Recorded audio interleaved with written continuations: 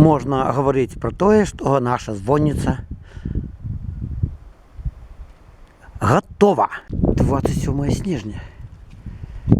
Амаль кінець будівництва. Будівництво скончено.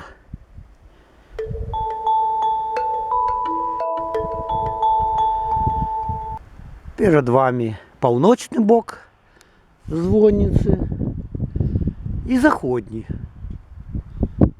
Ну і нас усіх сторон. Беленькая, белюткая.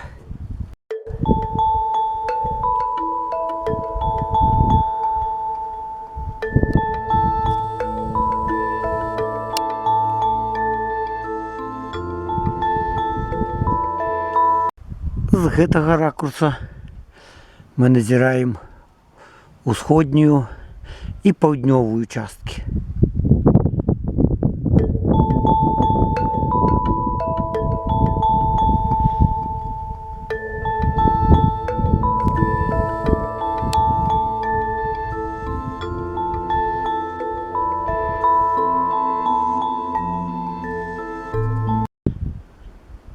Конечно, працы яшчэ вядуцца. Аднак у цэлым можна лічыць, што знешні выгляд закончаны. Таму гэта, скажем так, апошні здымачны дзень.